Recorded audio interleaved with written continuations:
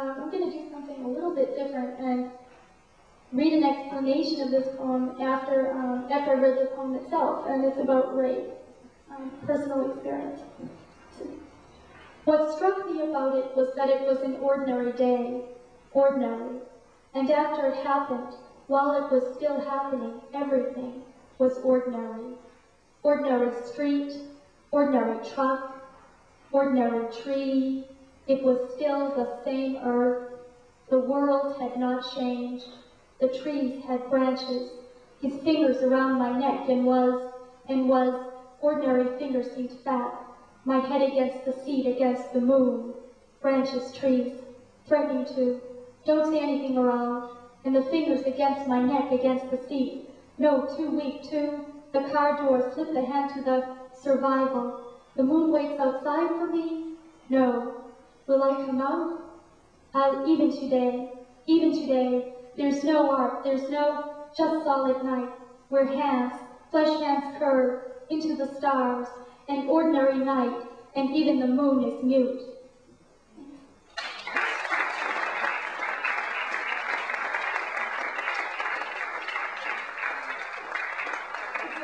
This is my propaganda sheet. I'm going to just read this brief explanation and then read a couple more poems to finish. This is an explanation of the previous poem. I've been thinking a lot lately about reading poems about rape. Of all the poems I've written, they're the most difficult to read. Why? I think that there's a taboo against speaking about this subject, except in generalities. It's okay to say, gee, isn't rape a terrible crime against women? But say I was raped, and people start to squirm in their seats. There has been this taboo, and it has kept women silent and perpetuated the crime. Recently, a Supreme Court decision was made concerning rape, which I feel went against the victim. The Supreme Court ruled that it's acceptable to go into a victim's therapy files in search for a motive for that person to accuse someone of being a rapist. In addition, national newspapers are making decisions to publish survivors' names. Molly Yard, president of the National Organization for Women, wrote an article that was published as an editorial in a Boston newspaper recently, which stated that 1.9 million people are raped every year.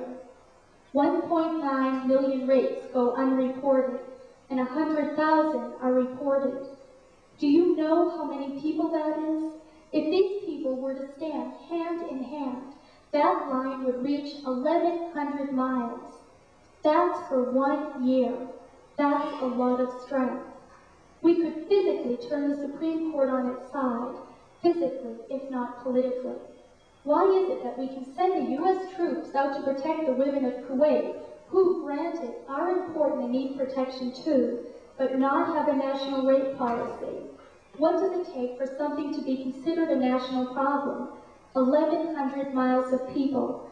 Rape is a national problem that's not even dealt with on the local level. What are we going to do about it?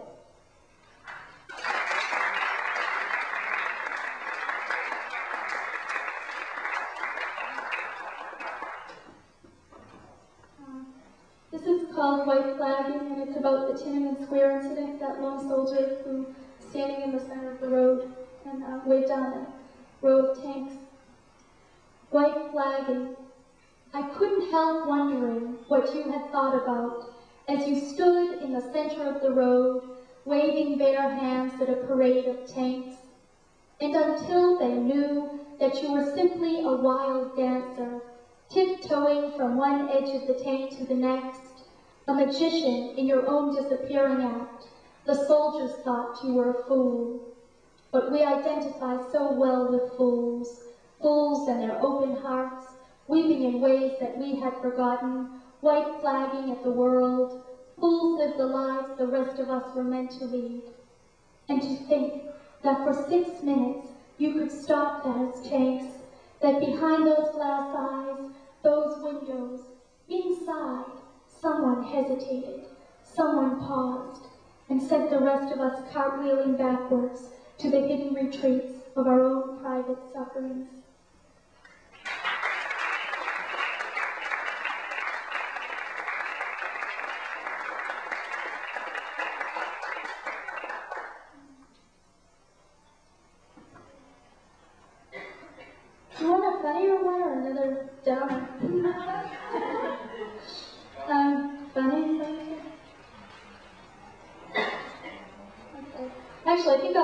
read a pleasant one, then finish with You Can't Get to Heaven on a Tea Pass. So I just need to take this.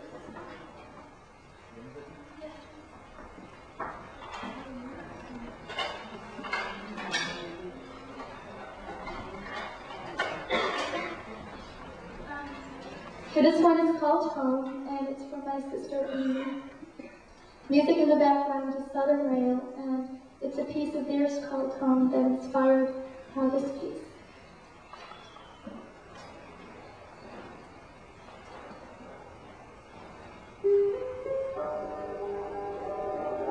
Home.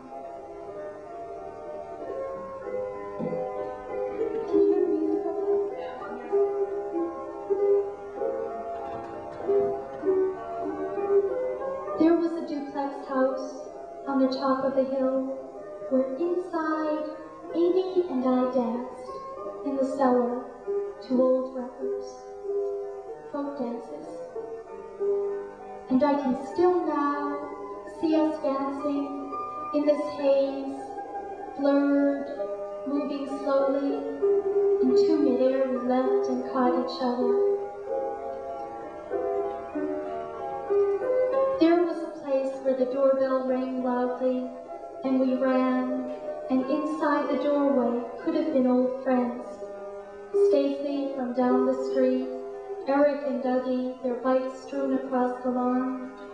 Aunt Harriet used to wear a baggy shirt, but she always looked pretty, hair tied behind her head, her lips lipstick bright. And through the window we could see shadows of trees, and old Frank the Crank outside, a hill that rolled down to a tree and past it to a brook, that in the wintertime we would sled, Amy hanging on to me, crashing into large piles of snow. And in the winter we would let ourselves fall into that snow and wave our arms like wings against the icy ground.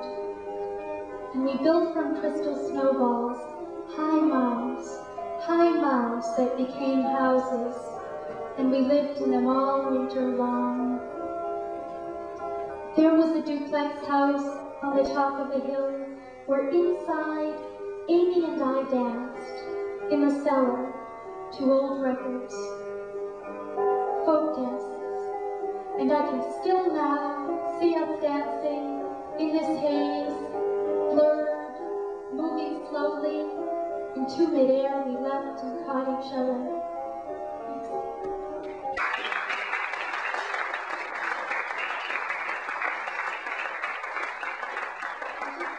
The last poem is called You Can't Get to Heaven on a Tea Pass. And the way that it came about is that I was once getting on the trolley and accidentally had given the man the previous month's pass, and he said, "You're not going to get to heaven this way." And I showed him the right pass, and I said, "Listen, mister, I can't get to heaven on a T pass. I'm lucky if I can make it to downtown Crossing."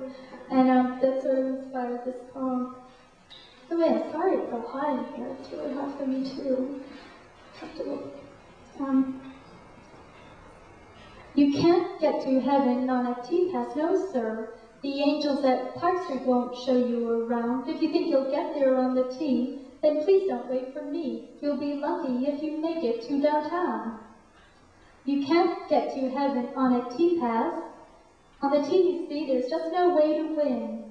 They'll see you coming with your ticket and your pocket. They will pick it, and the door you'll have to kick it to get in. You won't get to heaven on a T-pass. You'll be lucky if you get to where you're bound. So while you're sitting on the train, be quiet and endure the pain. Enjoy the view of the black hole of Boston's underground. You won't get to heaven on a T-pass, no, sir. Don't worry, you won't find yourself caught in too much danger. While you're sitting on the train, you'll find yourself in breakdown lanes while standing beneath the armpit of a perfect stranger. You won't get to heaven on a T-pass. No, there won't be any sheriffs singing songs of mirth. So while you're sitting on the T, sit back, relax, and think of me. One more devil suffering on earth. That's one more devil suffering on earth. Just one more devil suffering on earth.